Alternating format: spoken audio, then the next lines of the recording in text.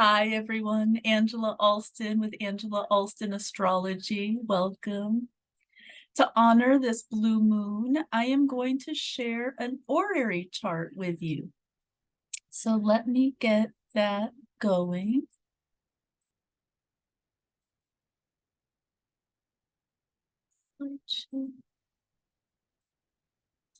Blue moon horary. Today we're going to look at the chart of today's blue moon, talk about some of the themes in it, and then I'm going to share an horary question with you, go over the analysis, and talk about what has happened since that question was posed. So let's get into it. Today is a blue moon. It's a special lunation. It's an extra lunation. And so the chart of the blue moon is right here. And we'll see the sun and moon and what's going on in this chart that's really remarkable, that is impacting either luminary. Well,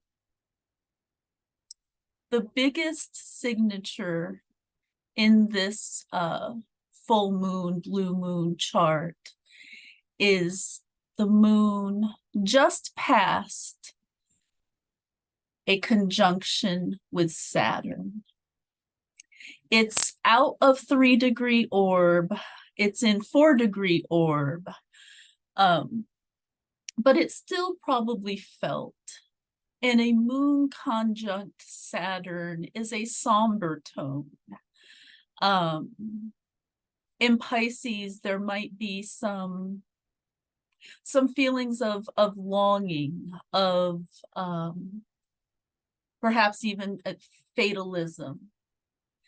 It's a moon Saturn signature is a time of feeling sometimes isolated, feeling sometimes like you have to bear a lot of emotional burden. It's a tough one, honestly. But that's what is being offered right now. And when I was thinking about the chart of this blue moon, I was reflecting on a decision that I had to make at about this time last year. That was a tough decision that filled me with a sense of depression and pessimism and a sense of longing. And so I want to share that with you as a gift. So the horary question is my question, and that is, should I give up my real estate license? I had worked as a realtor for a few years. I really enjoyed it. And real estate is what both of my parents and my brother were involved in. It made me feel very close to my family in a way that I had never understood as a child what their adult life was. It connected me to my childhood in a lot of ways. And so it was something that meant a lot to me. However, full transparency, the pandemic really did a job on my real estate practice for a number of reasons, which I'm not going to get into right now. But at about this time last year, in fact, September 15th, so about 2 weeks from now last year, I asked myself, and I had been asking, this is obviously, you don't do a horary because the question just pops into your head, right? This is something that had been weighing on my heart. And I wanted to see what the universe would say. I don't often cast horary charts for myself. They can be difficult to read. for probably obvious reasons. But this time I did. And here is the chart, and we will get into it. So let's go there. So first of all, some considerations before judgment. William Lilly has laid out some considerations before judgment. And when you're judging your own chart, there's some wiggle room.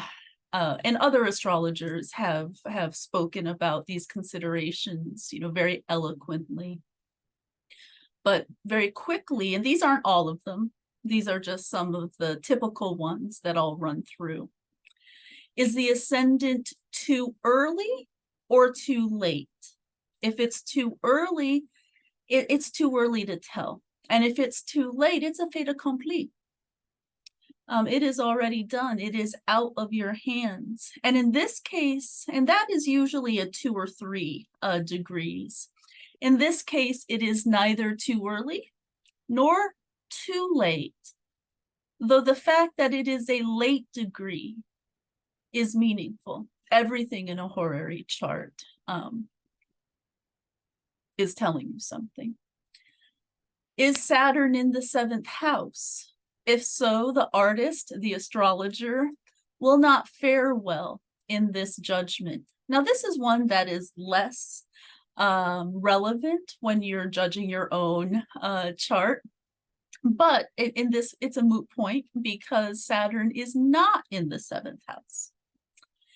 Is this a radical chart? And there's techniques to determine radicality when you're looking at a horary.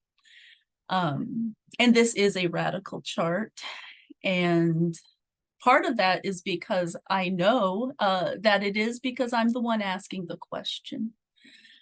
Radicality is a technique. Well, it's a consideration so that an astrologer isn't put in a situation where somebody is manipulating them, lying to them, setting them up for failure. And that was much more important when practicing astrology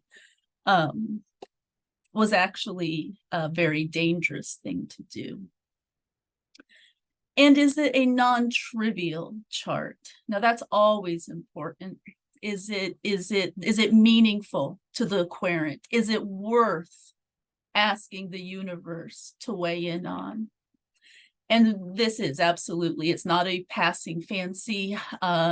Real estate, as I had mentioned, is something that is very important to me. It's something I had done for a number of years. And whether or not I should take this step had really been weighing on me. So the considerations taken care of. Let's look at the chart itself. Now, when I look at a horary chart, I start with the big picture. What are the thematics? The thematics are shown by first looking at the cross of matter, the ascendant, descendant, IC, and MC, and what's going on with them. And here we'll see that they are all in mutable signs, and not just mutable. They're mutable on the Virgo, Jupiter axes.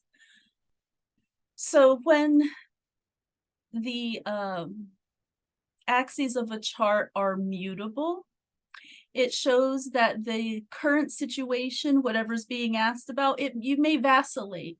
There may be some back and forth. It's not a fixed situation. It may change. And then the Mercury-Jupiter spectrum brings together big picture, vision, the direction that something is going versus the details, the navigational system, the tools. So that was very resonant to me when I first was looking at this chart. Oh yeah, okay, this makes a lot of sense. Now what? For the next thematic, I look to see what is happening near the angles. The angles are power points in a horary chart. And here I see that the sun is hugging the ascendant within about 3 degrees, so very close. The sun in horary brings clarity, protection, and strength. So this is telling me that this is a good time for me to face the truth. I will be protected. I will be illuminated. In this chart, the sun rules the 11th house of community, network, friends, hopes and dreams. And real estate brought all of that into my life in a very present and manifested way.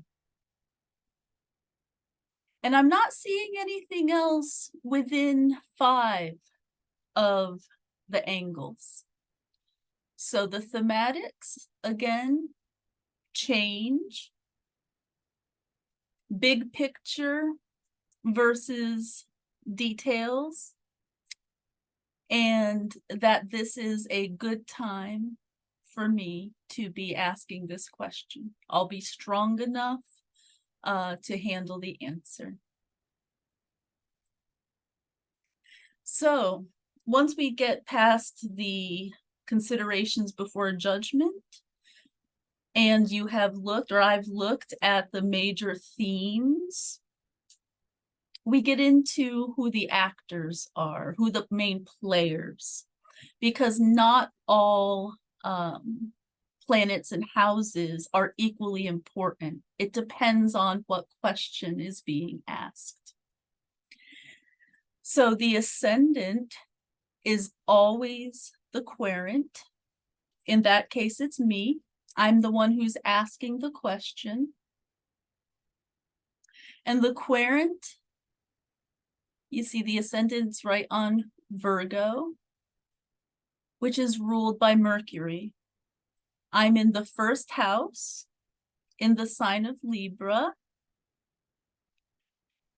And that makes an awful lot of sense. We'll get into why that makes sense in a moment. The quesited, what I'm asking about, is second house, because it's one of my personal resources. It's something that I have that gives me agency in the world to do a certain set of things.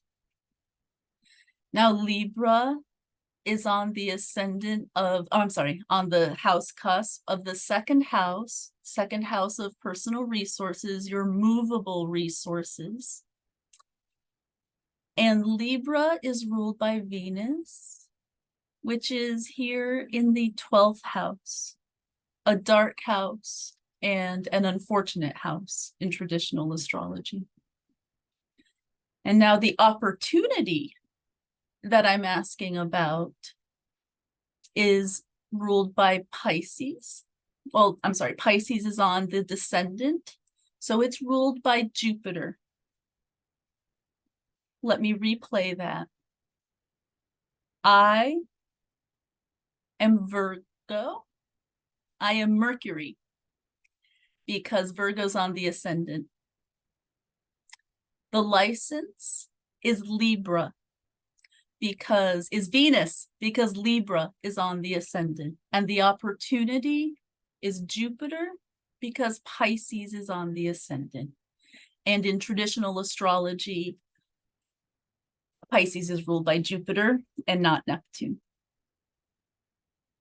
So we have the actors. Me, the license, the opportunity. And now that we've defined the actors, we look at the relationships between the actors. It's the relationships between the actors, their dignities, and their location in the chart, as well as their speed, where they are in their synodic cycle. that really tell the story.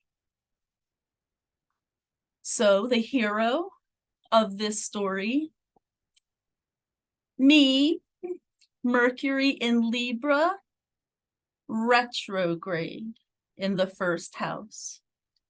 This is descriptive because I'm lost as to what to do. That's why I'm even asking this question to begin with. And in true Libran fashion, I'm over analyzing the pros and the cons, right? I have made so many pros and cons lists around this question. So, what is going on with Mercury? It is pierced, right? It is pierced by an opposition from Jupiter. And since it is going retrograde, it's applying to this opposition to Jupiter in Aries in the 7th house. Oppositions in traditional astrology are of the nature of Saturn. They are hard, they end in regret. The idea is that there's really not a creative resolution. The two things can perhaps see each other clearly, but it's not a positive testimony. So the planet that signifies me is being pierced by the planet that signifies the opportunity in a configuration that is of the nature of Saturn. And in traditional astrology, Saturn is the greater malefic. So what this is telling me before I do anything else is that this opportunity is against me right now. Now, my license itself, ruled by Venus in Virgo, is lost in the deeps of the 12th house. This is descriptive also because this Venus, this earthy Venus, rules my resources. And the resources from real estate have been hidden, elusive, evaporative, and inaccessible to me. What's in your 12th house is lost to you. It is a dark place. You can't see it.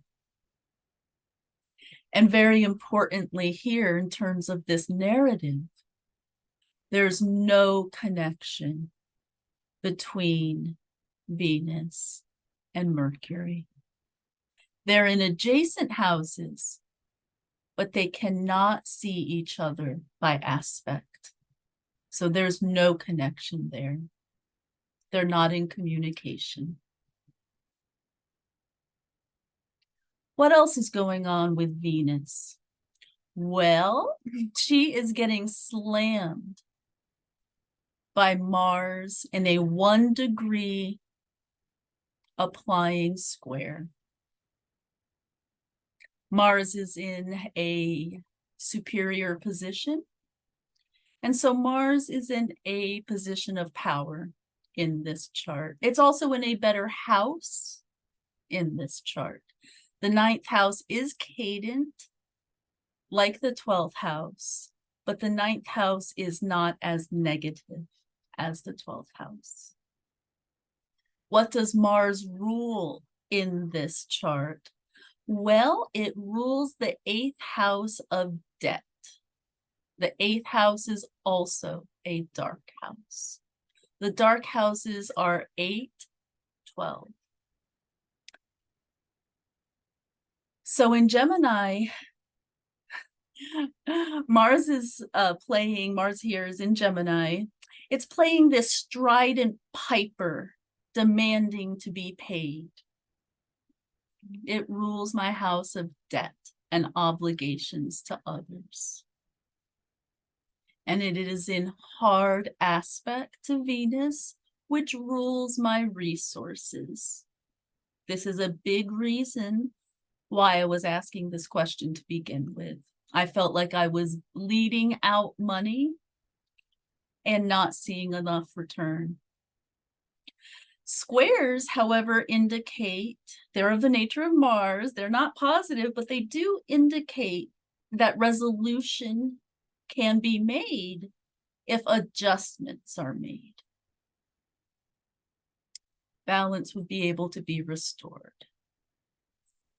So the one thing we haven't looked at yet in detail, which you always have to look at in a horary chart, is the moon. The moon, regardless of what the question is always central to what's going on. So the moon in this chart is in Taurus, where it's exalted. It is nearing the end of Taurus, which will be significant. And it is in a cadent house. And it has just left a trine to my ascendant.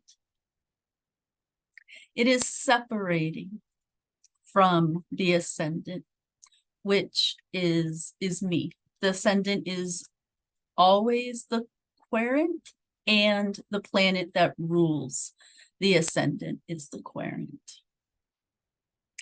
So with the moon in such a late degree of Taurus, separating from the ascendant, it's indicating that this storyline is coming to a close. The action is past, and it's time to resolve. So bringing it all together, there was the thematic of change, right, with mutable signs on all the axes. There was the thematic of the truth coming to light, coming to me, with the sun hugging the ascendant. My significator and the significator of the opportunity are at direct odds with each other. The significator of my license is in the 12th house of things lost to me. And the moon is separating from the actors, indicating that this story is coming to a close. So what happened? Well, I listened to the chart with an open mind and an open heart, and I let my license go. This was a very painful decision for me. But in that space, new things are growing. I've been able to spend a lot more time on my astrology practice. I've been able to spend more time creating art. And I don't feel like my resources are being as decimated, as evaporative. And so all of those things have been very positive. But I think you can see why, when I was thinking of the blue moon chart, with that moon just past the conjunction with Saturn, and that sometimes the decisions you make in life have to be mature decisions. You know, following your heart doesn't mean giving in to every whim. It means making sure that you are doing the right things to give yourself the best life and the best chance possible. So opportunities are like butterflies. You can't hold them too tightly. and you need to know when to let go. Thank you. Thank you for joining me today. If you ever want to get in touch with me, I'm at AngelaAlstonAstrology@gmail. You can always see my website, AngelaAlstonAstrology.com. I hope this blue moon is a lovely time for you. Thank you so much for joining me.